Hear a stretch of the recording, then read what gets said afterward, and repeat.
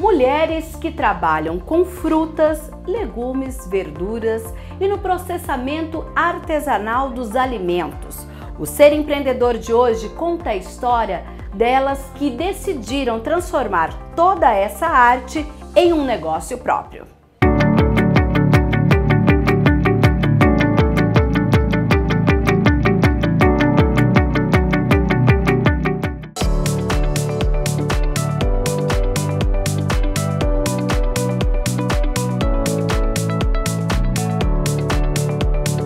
Trabalhar com legumes e frutas que vêm direto do sítio para a mesa do consumidor. Preparar pães com ingredientes 100% orgânicos e, partindo nessa linha natural, arranjos feitos de frutas. Os consumidores estão cada vez mais interessados em sustentabilidade e em alimentos mais saudáveis. E estão dispostos a pagar mais por esses diferenciais. Em meio a esse cenário, surge quem investe no segmento com produtos diferenciados. E eu estou com a Liana, que é terapeuta ocupacional, professora universitária, já teve outros empreendimentos e decidiu investir em arranjos feitos de frutas. É isso mesmo, Liana? Como é essa questão de fazer um arranjo de fruta? Mirna, eu tive que estudar as frutas, eu tive que entender como as frutas funcionavam, eu fui para o Ceasa, eu fui para as lojas, entender como isso funcionava para poder começar a trabalhar com fruta. Transformar uma fruta comum em flor é a questão do negócio. Entregar frutas, todo mundo faz. Há uns anos atrás, nos Estados Unidos, eu vi alguns arranjos de flor chegando na casa das pessoas e eu fiquei muito animada com aquilo e impressionada com a arte que eles faziam nessas flores. Transformar flor em fruta, eu pensei, quero fazer isso mais no futuro. Hoje eu estou aposentada da universidade, embora eu continue trabalhando, mas 3 dias por semana é dia de flor de fruta. E aí você, partindo daquela experiência, veio para o Brasil e já pensou logo em isso vai ser um negócio, ou no início era um pouco mais tímido? Era mais tímido, eu tive que entender isso tudo, começar a fatiar as frutas, saber a durabilidade, entender o que eu podia misturar com o que, para que eu não trouxesse uma fruta em decomposição no meio a tantas outras frutas. E algumas frutas a gente tem uma questão séria que elas modificam a cor e modificando a cor modificam a qualidade. Então tivemos que realmente estudar, recortar as frutas, fazer ainda uma coisa tímida dentro de casa, com as pessoas experimentando, com os colegas experimentando e dando opiniões de que forma a gente devia fazer. Mas a partir de que momento você disse, é hora de sair para o mercado? Então, eu comecei em novembro de 2018. Em novembro de 2018 a ideia amadureceu, começamos a fazer um logo, Em fevereiro de 2019, eu timidamente comecei no mercado. Efetivamente, isso se aqueceu em agosto. Eu tinha que entender uma coisa muito importante que era como acondicionar isso. Então eu comecei com caixas de isopor, percebi que não davam certo, fui para caixas térmicas, consegui fazer as bases para que essas frutas não caíssem no caminho, né? E a partir de agosto a gente começou uma coisa um pouco mais efetiva e setembro as coisas deslancharam. O fim de ano foi um boom, foi muito trabalho. Eu ainda trabalho sozinha, eu tenho os meus distribuidores de frutas, eu chego para comprar, eles sabem que eles não podem me vender qualquer tipo de fruta, ele me vende a fruta que acabou de chegar no mercado, quer dizer, no Ceasa, essa qualidade a gente garante porque ninguém manipulou. Veio do produtor, chega para nós, eu retiro isso do Ceasa e aí eu tenho um esquema de cuidados com essas frutas. Ela começa a fazer cada flor sempre usando como base as uvas. Cada fruta já é previamente escolhida pelo cliente, que determina o cardápio que será servido. Depois que as frutas são cortadas, montadas e acondicionadas, elas devem ser consumidas o mais rápido possível. Por isso, a produção é feita para o dia que será utilizada. Eu tenho que garantir que ele vá consumir essa fruta 5 horas depois que ela começou a ser feita, nesse calor que a gente está. O pessoal do Natal recebeu essas frutas às 6, 7 horas da noite para que pudesse, em seguida, servir para as pessoas à meia-noite e vai para a casa das pessoas em caixa térmica e depois a gente retira essa caixa térmica para evitar dele deixar fora da geladeira e correr o risco de dizer a fruta estava ruim. A terapeuta, que trabalha com reabilitação e dá aulas na universidade, conta que a história com as frutas tem a ver com a família. A minha família tem um vínculo muito grande com a questão da alimentação. Nós todos sempre fomos ligados a isso. O meu avô fazia doces árabes, a minha avó paterna fazia comidas árabes também, e sempre a comida é uma coisa muito manual. O meu avô fazia aqueles doces folhados e minha avó fazia esfirra, fazia quibe, fazia doces, outros tipos de doce, não os mesmos que o avô. Mas isso sempre teve na gente. Eu acho que assim, o vínculo da família árabe é em volta da mesa. Então, fazer a coisa para os outros, para alimentar os outros, para carinhar os outros, é uma coisa muito importante. E o arranjo, ele é feito, ele representa esse amor. Ele representa esse amor, né? A gente trabalha com carinho saudável. Sim. Agora, quando você falou, olha, então eu vou fazer disso um negócio, você teve que ter um investimento. Como foi também pensar nesse investimento? Em quanto tempo você tem que ter esse capital de giro para que depois você possa dizer, olha, essa é uma empresa que eu posso seguir, posso dar o próximo passo? Interessante a sua pergunta, porque assim, inicialmente eu tinha um dinheiro para investir. Então, foi onde eu comprei os equipamentos e comprei frutas e comprei as formas de acondicionar. Muito bem. A partir daí, a gente tem uma questão que é quanto investir? Até quanto investir? Eu posso te dizer que eu não estou tendo lucros, mas eu não estou tendo prejuízo, e pensar numa empresa que está há 6 meses efetivamente crescendo, não ter prejuízo é uma coisa importante, né? Então, e assim, a matéria-prima é uma matéria-prima cara. A cada ida ao Ceasa é 800, 900, 1.200 reais em fruta. São 20 quilos de uva por semana. São 18 quilos de um tipo de melão, 18 quilos do outro tipo de melão. Então, são coisas que são perecíveis, que eu tenho que comprar e tenho que comprar esta quantidade, mas não posso perder. Então, quando você me pergunta, tem lucro?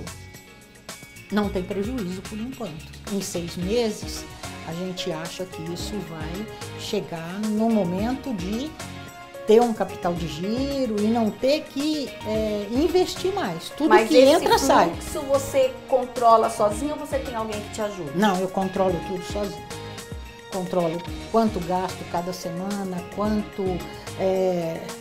as uvas são pesadas para eu ter noção de precificar, né? Você fez algum curso disso ou não? Não.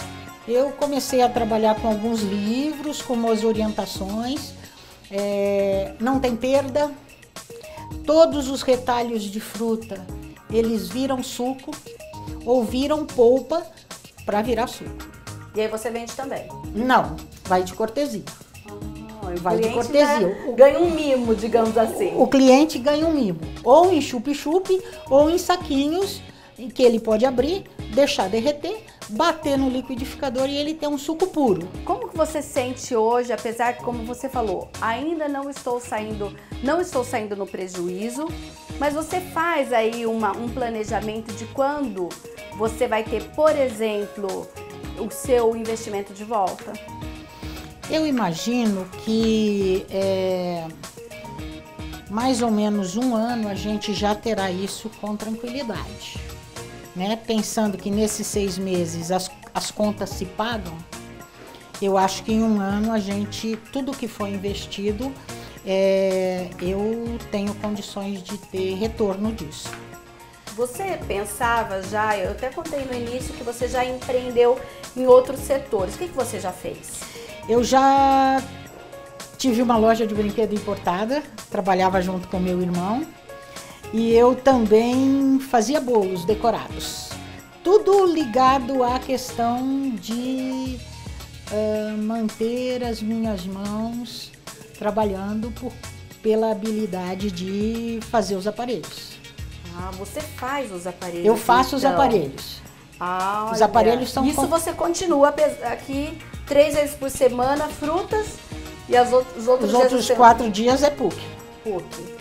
Mas lá na PUC você faz os aparelhos ou você dá aula? Eu faço as duas coisas. Porque como eu atendo a população que precisa dos aparelhos de mão, eu acabo fazendo. As pessoas acham que vão lá na PUC nem imaginam que quem está atendendo também tem essa arte de preparar arranjos como esse. Não sabem.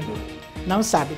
Alguns professores sim, mas os pacientes não têm noção disso. Onde buscar o cliente? Porque no começo os amigos ajudam, mas chega uma hora que você tem que ir fora. Hoje nós temos, tudo é feito online, né? Então nós temos um Instagram que funciona muito bem,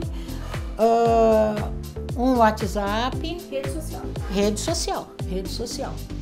E temos assessoria. Hoje nós temos uma assessoria. Antes eu tinha um publicitário que desenhou e tal, mas que a gente não conseguiu avançar. Hoje não. Hoje eu tenho uma assessoria nesse sentido. Vamos fazer isso que vale a pena, vamos fazer isso que vale a pena.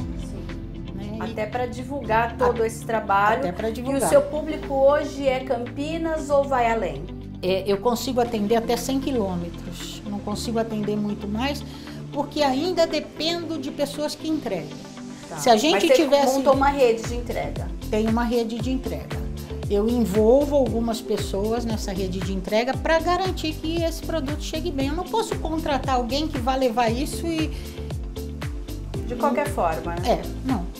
Então, tem algumas pessoas que fazem essa entrega para mim e eu sei que essa entrega vai ser... o que saiu de qualidade, chega de qualidade. E o mercado de Campinas respondeu, e região também, né? Respondeu positivamente? Respondeu.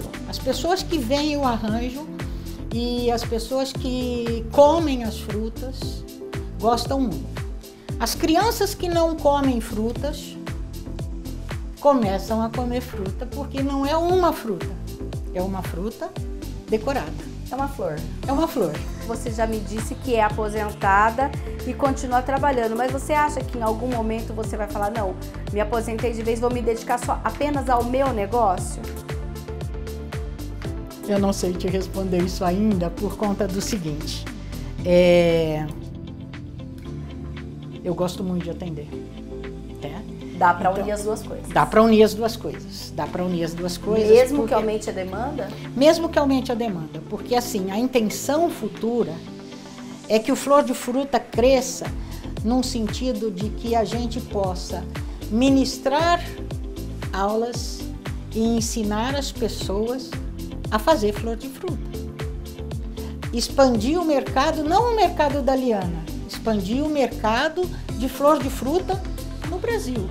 Cursos online também, esse é o nosso próximo passo. Porque a gente tem que aproveitar o know-how de tanto tempo de universidade, né, para ensinar as outras pessoas.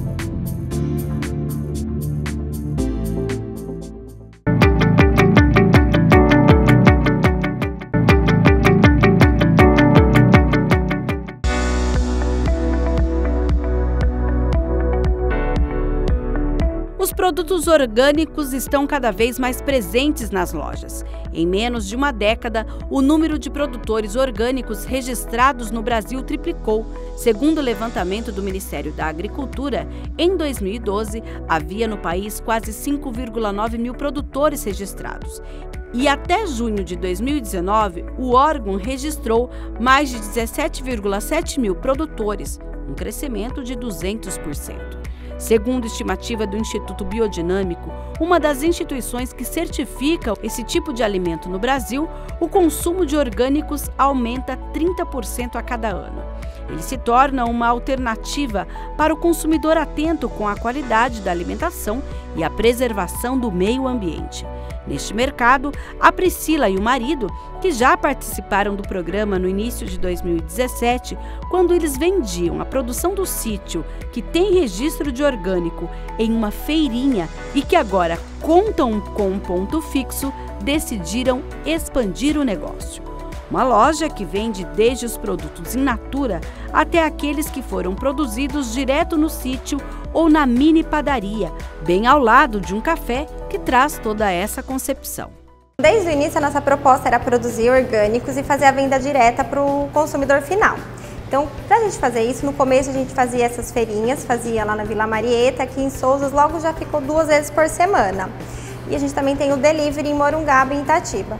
Então assim, a gente foi crescendo, foi ganhando confiança dos clientes, porque a gente sempre estava mostrando realmente que a gente produzia, que era de verdade, que existia uma produção, né, e que a gente tinha um contato direto. E isso foi ganhando mais pessoas, foram aderindo à ideia, entendeu? Porque, só que esse mostrar era como?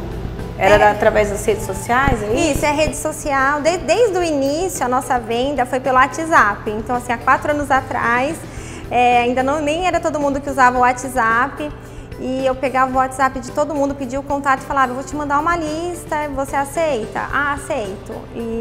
Então assim, desde o começo, assim, a gente tem uma cartela de clientes bem grande, porque desde o início sempre foi pego esse contato, e a gente também nunca ficou enchendo a caixa de ninguém com assunto que não era pertinente ao nosso. Então assim, eles recebiam a lista e com a lista a gente mandava, a gente está produzindo isso, chegou isso, olha, a gente está fazendo isso, agora a gente vai plantar isso, começou a colheita de alguma coisa.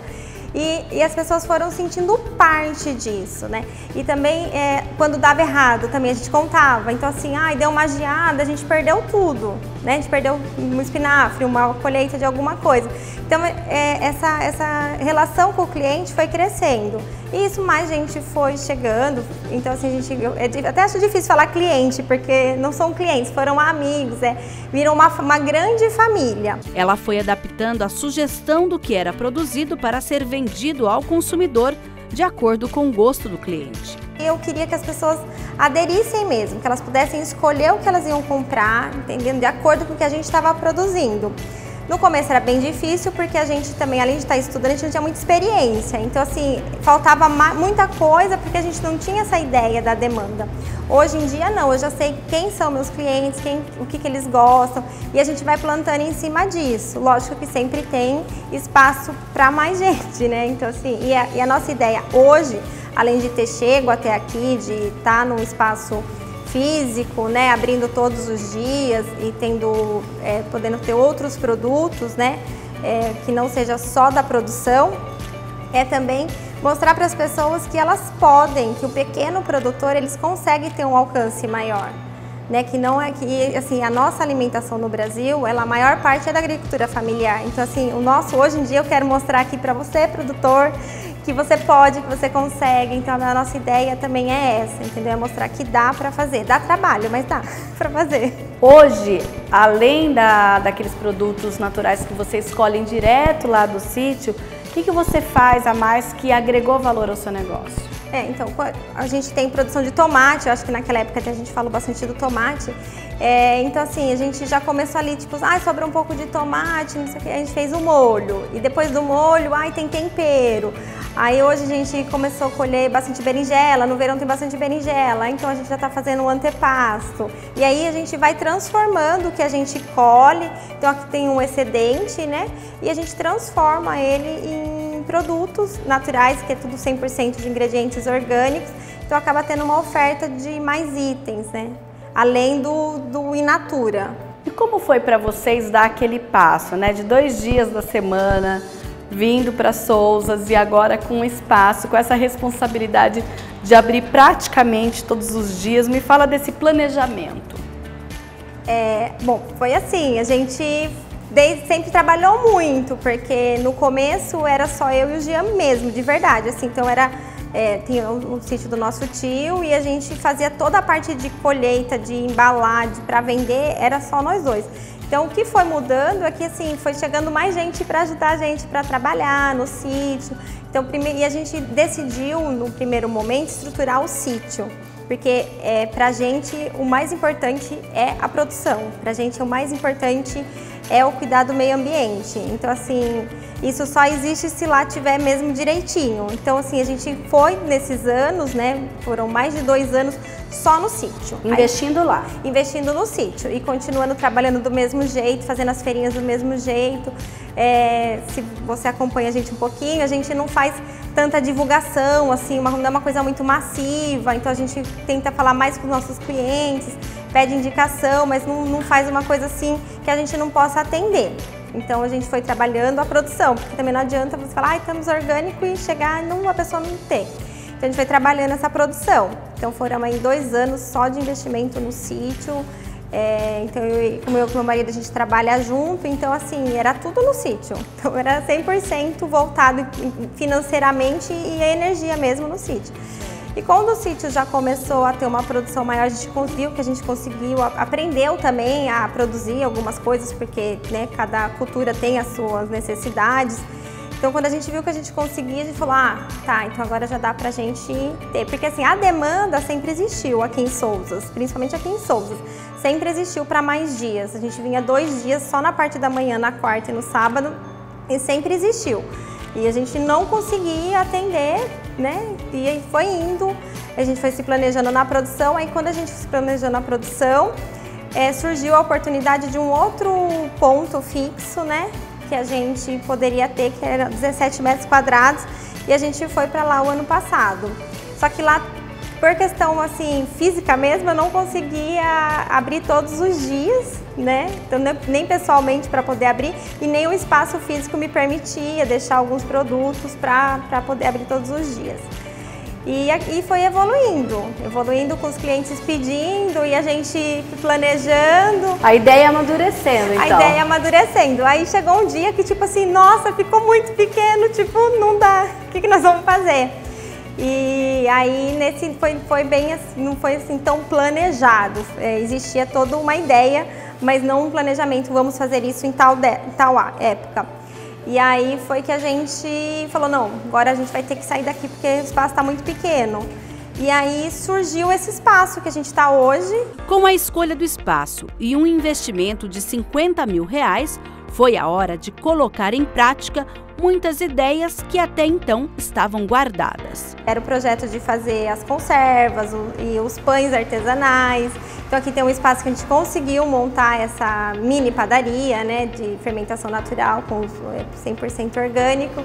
Então assim, foi indo, né? E eu costumo dizer que esse espaço não é nosso, não é meu e nem do meu marido. Esse espaço são das pessoas, é da comunidade, porque se a gente não tivesse esse suporte desde o início, se a comunidade de Sousa, o pessoal da região toda, né, que a gente tem bastante gente, vem de Valinhos, de Campinas, então assim, a região mesmo, não tivesse aceitado a nossa ideia de realmente comprar do campo mesmo, de saber de onde está vindo, a gente não teria conseguido esse espaço ou estar aqui, ou estar com tanta ideia, assim, com tanta energia para fazer muita coisa. Falar em ideia, você já mencionou, né, os molhos, as compotas, as geleias, e agora falou do pão. Que história é essa, Priscila? É que assim, quando você começa a estudar, e você vai estudando, né, para produzir no sítio, a gente teve que estudar muito, fazer muito curso, aprender de verdade. E aí você começa a ficar um pouquinho mais exigente com o que você come. Primeira coisa foi isso. E eu realmente decidi que eu não vou ser uma pessoa que não vai comer pão. Não sou a pessoa da tapioquinha, como, mas eu quero pão. E aí eu fui estudar. Então fui estudar porque que tinha esse mal-estar todo e cheguei na conclusão não, né? Estudando a gente percebe que um dos grandes mal é a questão do transgênico. Então assim, o trigo, né, é tudo transgênico, é modificado, é excesso de veneno, é tudo muito.